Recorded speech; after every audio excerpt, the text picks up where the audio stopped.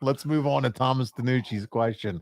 Like so many of your fans, he's also a Sherri Martel fan, and he said, "I always like the Sherri Martel Ric Flair combo. Does Arn have any thoughts or memories that he can add to what you guys talked about last week? Why specifically does Sherri work so well with Ric Flair, especially against Hulk Hogan? Those two did have good chemistry working together." Yeah, and you had Mr. T get involved with Sherri and take her to the carrier to the back. Oh, yeah. He's probably lucky she didn't stretch him and carry him to the back. Exactly right. Sherri Martel is double tough.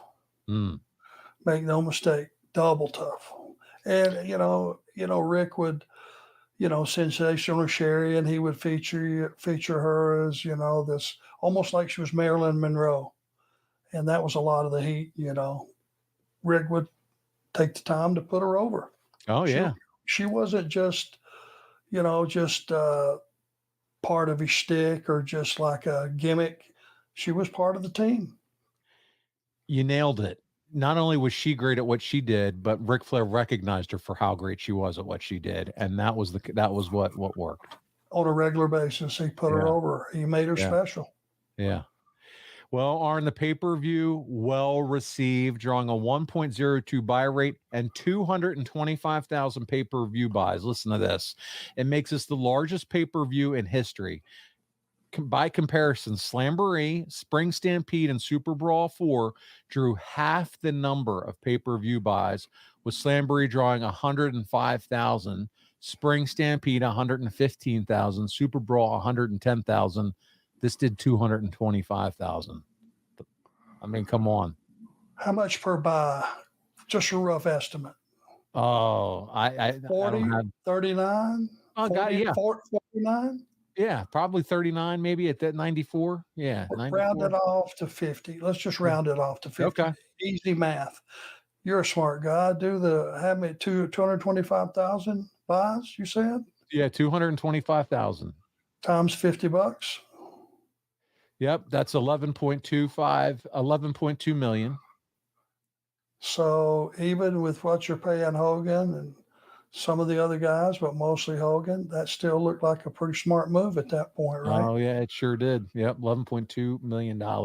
Alex Pyrus Redondo says, who would you credit the record buy rate of this pay-per-view with Hogan's involvement? Would you credit it to Hogan's involvement, or was it something else?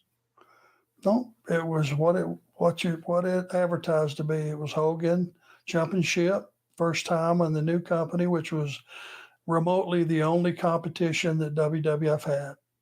This was as big. It was as big as it gets. Are you shocked though that it happened this quick? Like that it doubled the buy rate just this quick, this fast. Are you shocked at all by that? No, but I sure was happy. I'm sure. I didn't know what to expect, but I know this. Right. Here's the thing. When the company's making money, Paul, and you're just one of the soldiers, it gives you a lot of feelings and puts your angst at ease, because that means job security. Bingo. That's all I cared about. And we wrap up the show with the final question. Ryan Misselef says, the Bash at the Beach broke all records for WCW, attendance, merch, etc. Since you were on the card, did you get any extra cheese on your Whopper, as JR would say, or just the same guarantee that you'd always been getting?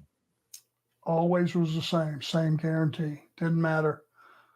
And everyone else's deal, I would say, with the exception of probably Sting and Hogan. Same.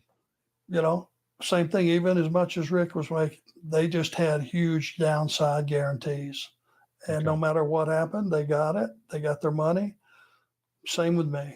Didn't move the needle 50 cents. Not even an extra steak that night. And I was thrilled to get it.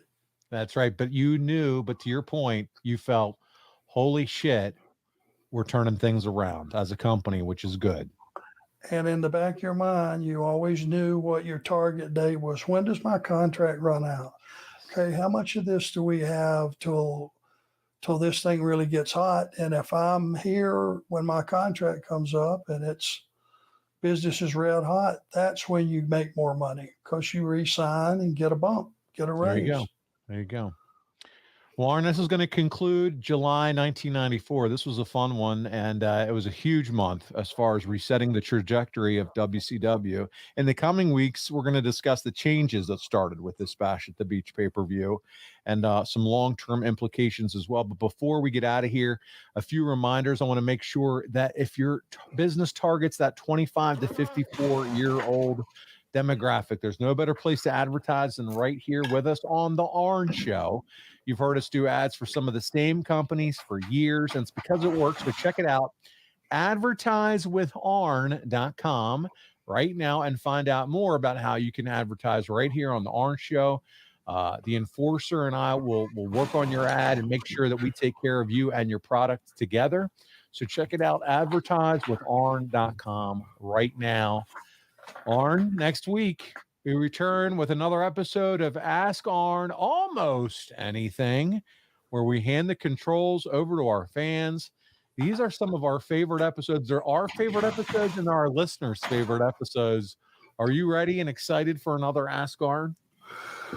So this is the favorite of our audience? This is the one they like? Okay. It's our monthly specialty. Well, I will try to avoid my memory stalling or something that I just politically probably stay away from. And for the most part, you get what you ask for. Oh, this is our Whopper No Cheese style show where you get the beef, and we're going to have a lot of fun. And I can't wait for Ask Arn Almost Anything. Arn, this has been a lot of fun. Thank you again for doing this with me this week. Thank you. And congratulations to the Chiefs.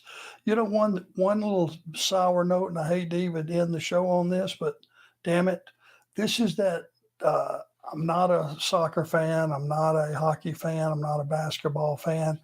This is like the twilight zone of sports for me until baseball starts, right?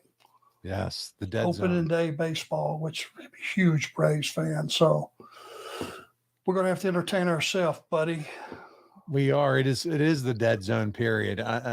It's if you're not a basketball fan, which I know, Arn, that's not your favorite sports, because for us around this house, we'll watch a little March Madness. We'll get into a little, NBA playoffs. But for those that's not a big deal. It is dead until now. Spring training is around the corner, but still, we got some time. So it's time to focus on the draft, hopefully, and see what's going on with the NFL. That'll be in April before you know it.